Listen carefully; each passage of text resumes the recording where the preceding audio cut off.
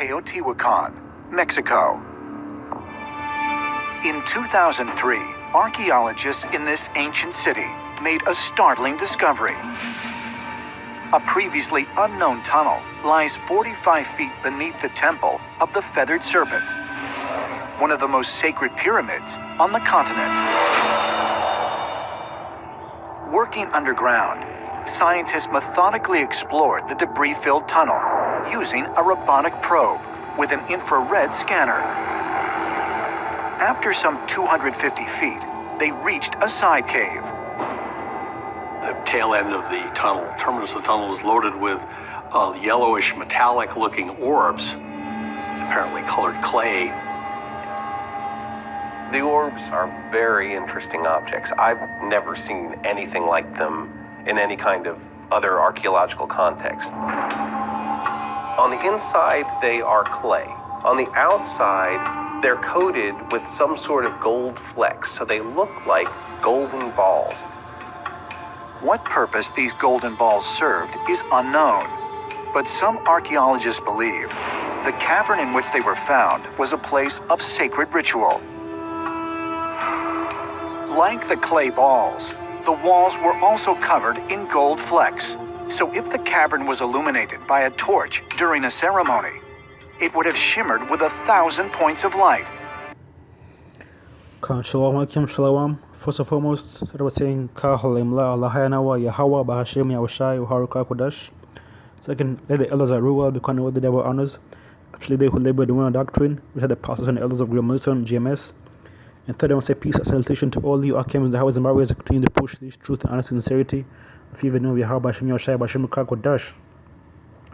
My name is Agabaga, from the company of prophets here in Toronto, GMS Toronto. Back again with another presentation. This video I'm gonna go into basically I'm gonna touch on the topic of Ophir, right? Ophir, as it is, as we learned from the elder apostles, like from Elder Apostle Tahara going on down, like Ophir is actually, that's where the best gold was. That's where that's the place that had the most precious gold, in the ancient history. And it's now actually coming, as in the scripture, as it is, as the prophecies are coming to pass, the scriptures are coming more to life, and these things are becoming more and more evident, right? More and more abundant, right? So that is, as in, through time, you have like these archaeologists who go ahead and actually excavate these places, and they actually come back, like they went over there in Mexico or New Mexico, right? Which as we learn, Ophir is actually, that was in the Americas, right? Ophir was all name, the name of the name of the place that's now called, the Americas, right? North America and South America. That was the land of Ophir, right? As you can see, like these archaeologists, they dug up some, like what they dug up, they're able to see all this gold, and all these gold clusters like all over the place. And this is, these are shown in the scriptures, right? So I'm gonna bring out a few precepts here and there, all right. Then I'm gonna also play more videos, and I'm gonna bring out also an article. Lord willing, this becomes the event to elect. Shalom. So my first precept, the first scripture I have here is the book of 1 Kings 9, verse 28, and it says this: and they came to Ophir and fetched from thence gold 420 talents, and brought it to King Solomon. So, look, as it is, King Solomon, was the richest king to ever live, like so, being the richest man to ever live, he had the best of the best, right? So, like the gold that he got, came from Ophir, right? As you can see, as in these archaeologists, what they dug up, seems to actually, as I say, as one of them said, as in he's never seen anything like it. You see, so this place, as in New Mexico, like went back to to the so-called Mayans and Aztecs. They had like all these they lived in a land that was abundant in gold, and gold and minerals, right? Gold, silver, and all kinds of like precious stones, right? And so go more into it, right? So Khan says that again, and they came to Ophir, right?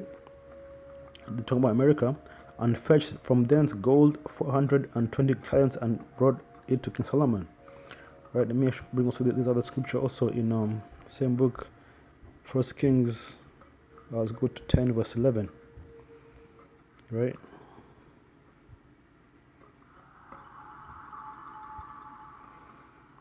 In the book of First Kings 10 verse 11, it says, and the navy also of Hiram that brought gold from Ophir brought in from Ophir great plenty of almug trees and precious stones. Right. So Ophir is a place, like where all this gold was being gotten from. Right. So back to the video. Resembling the cosmos. During a ceremony, it would have shimmered with 1,000 points of light, resembling the cosmos. These beautiful orbs of yellow material strongly suggest that someone was illustrating planets.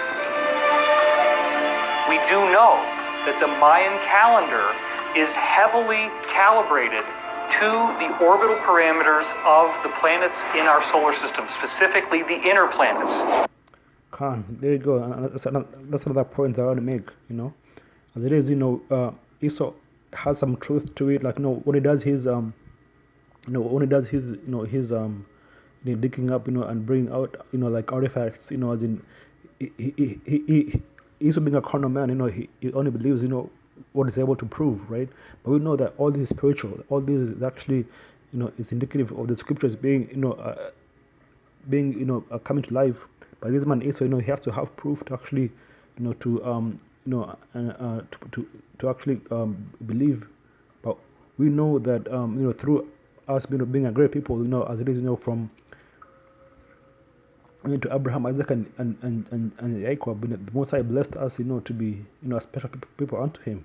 So, as it is, the whole world, was made for our sakes. We were made to inherit the whole earth. So, it is no wonder, that we occupy the best place, the best lands, like on the planet. Like wherever Jake is or was found, that land usually has like the best of the resources, right?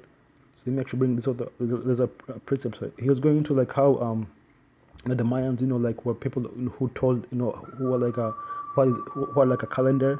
The calendar that they had, was pretty accurate, and they're actually able to tell times, by the signs of the heavens, right?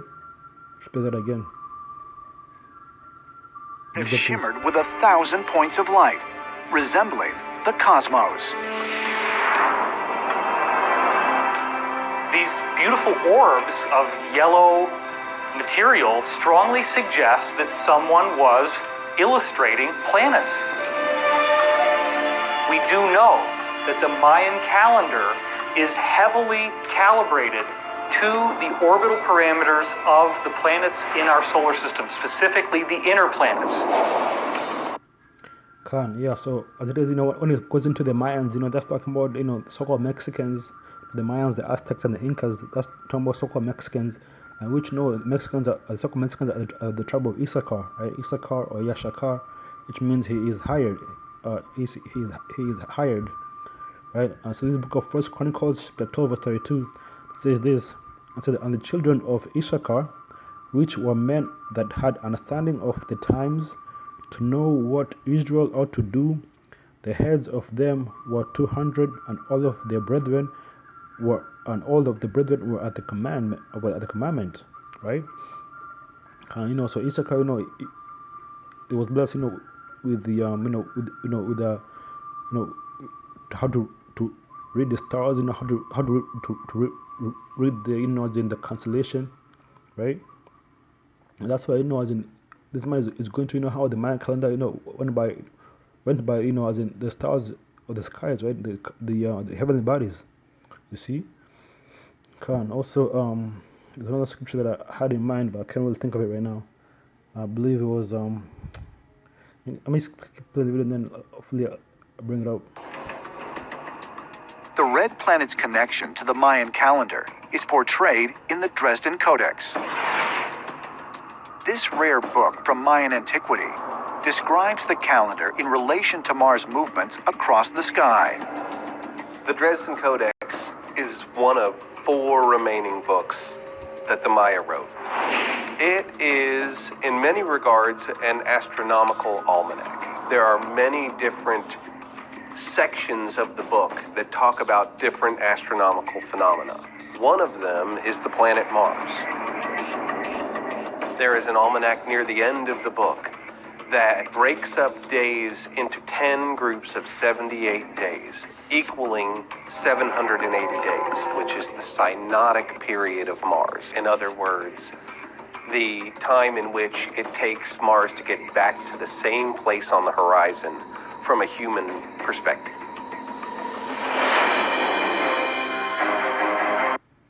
So now when it starts going to Mars, what you know, like, you know, all these, like, when you go into, like, the name of the planets, actually they all go back to Greek gods, you know, and Greek mythology, right? Like these planets, you know, they were not called Mars and Jupiter, you know, at the time of the Aztecs. Okay, so let me actually bring this video out also.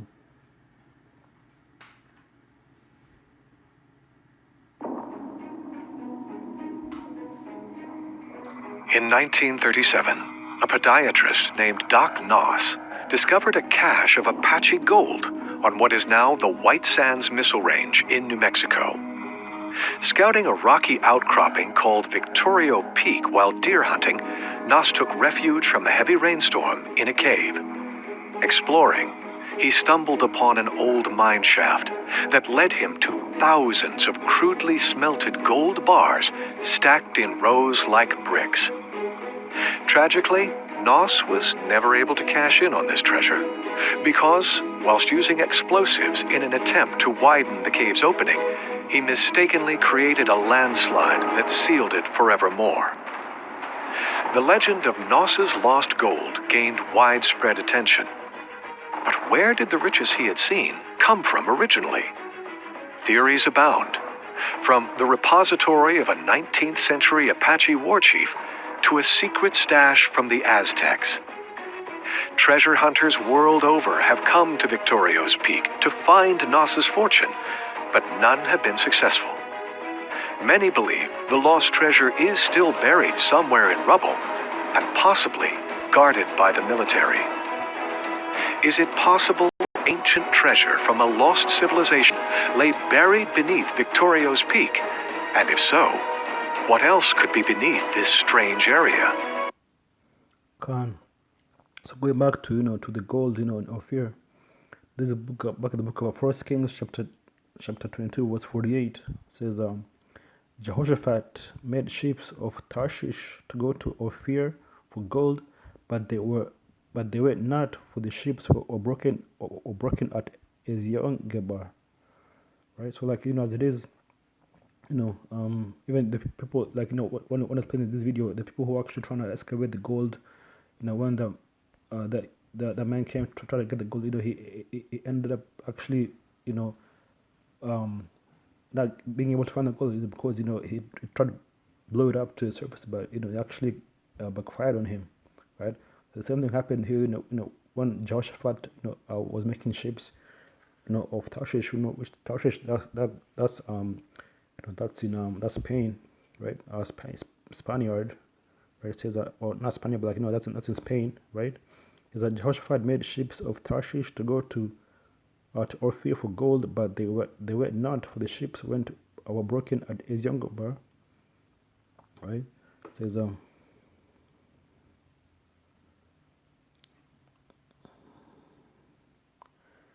so, you know, basically, I just want to bring that point, you know, that you know, the same thing that happened, you know, when this man tried to get that gold, you know, and, you know, get the riches, you know, he ended up failing, same as Jehoshaphat did, right? So let me also bring out this precept that I found. Just give me a minute here. Actually, let me also get this. Get this article that I want to bring out before. So this is coming out of the ScienceAlert.com, and says Mexican archaeologist forced to bury an unusual discovery made in old Aztec capital. Right now, so this is gonna go into, like, you know, into the envy of Esau Edom, you know, over, like, in all glory, right? This was made on the 26th of July this year, 2021, year of history. It says in a strange turn of events, researchers in Mexico have announced the plan to rebury an unusual archaeological monument found in the outskirts of Mexico City, covering up an important historical discovery until some unknown time in the future. See, so like, and that's what Esau Edom does, as long as it does not fit his, his propaganda, or his so-called New World Order, he will, he will do all he can to bury the truth, but obviously, the truth always comes out.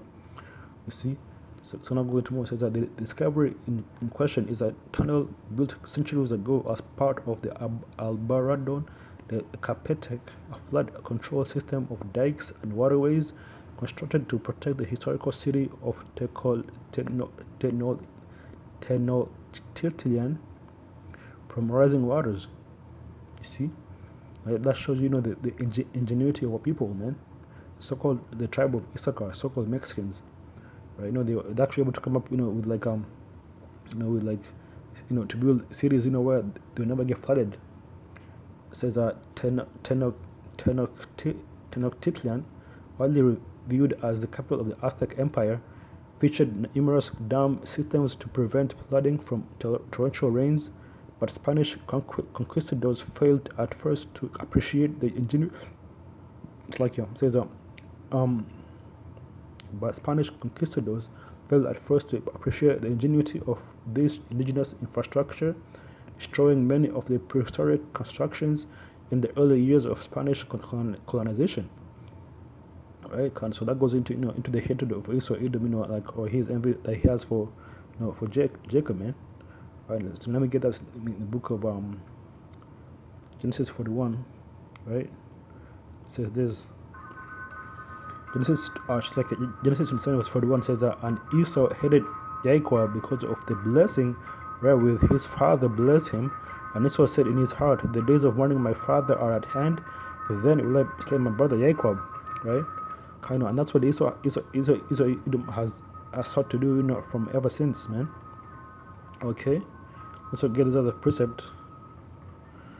So the Esau Edom, he has also had an envy and hatred towards us, because because blessing that the Most High blessed us with, right? Let me get this in Psalms 2. So I can actually get this in Psalms 4. Get that first. Psalms 4 verse 2, believe. Psalms 4 verse 2 says, all you sons of men, how long will ye turn? Talking about the sons of men, it's talking about the heathen, and the other nations, right? Or at least the other nations out of the nation of Israel. It says that, all you sons of men, how long will ye turn my glory into shame? How long will ye love vanity and seek after leasing salam? Right? Okay, now when you go to the word leasing, you should go into it. Right? So that's what they do, as in they turn the glory into shame, by saying, by calling us, wearbacks, and beanies, and all these names, basically turn our glory into shame. They became bywords to these people, man. So let's get that word for listening here, just to get the edification on that. It says Chazab.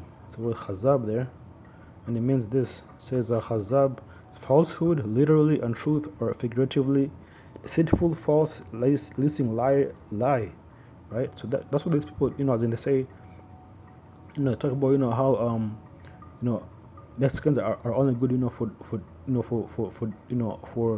what they call them wetbacks, as in they call them, as in they're only good for for doing your yard work, construction guys, but that's all a lie, man. Mexicans, they are what they're telling us a lie. Right? It says a lie, untruth, falsehood, deceptive thing, right? Now let's go back again. All right, it says it's like here.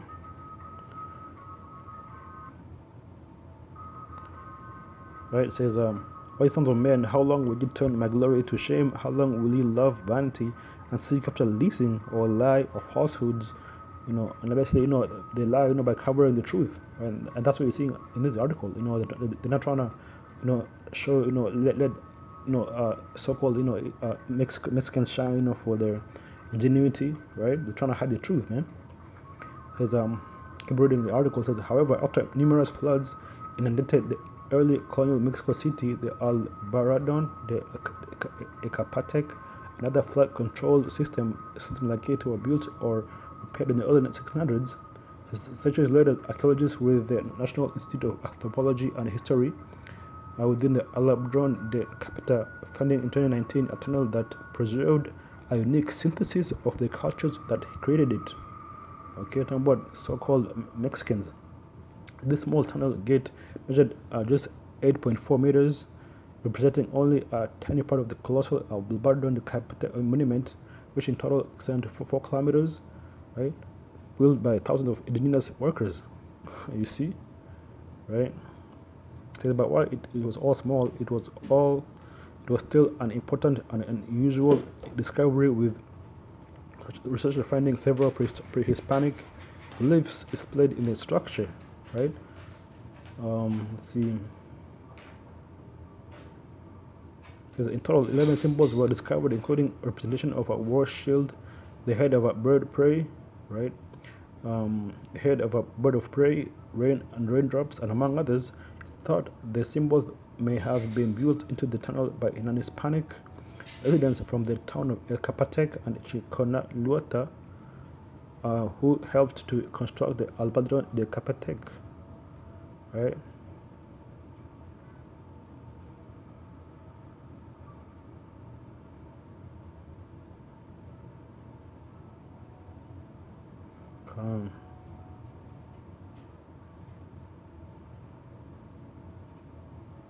Says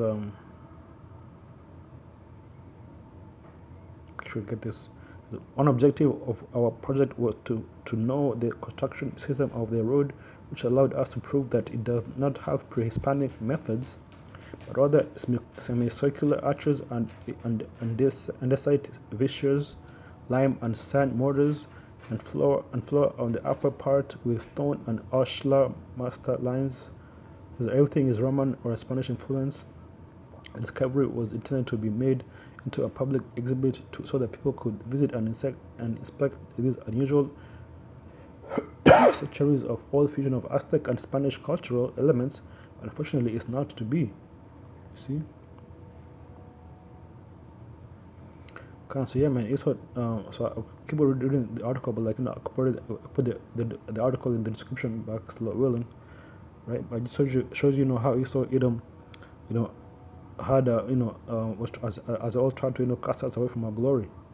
You see. Let me go back to the scripts. Let me end it with this. It's like yeah.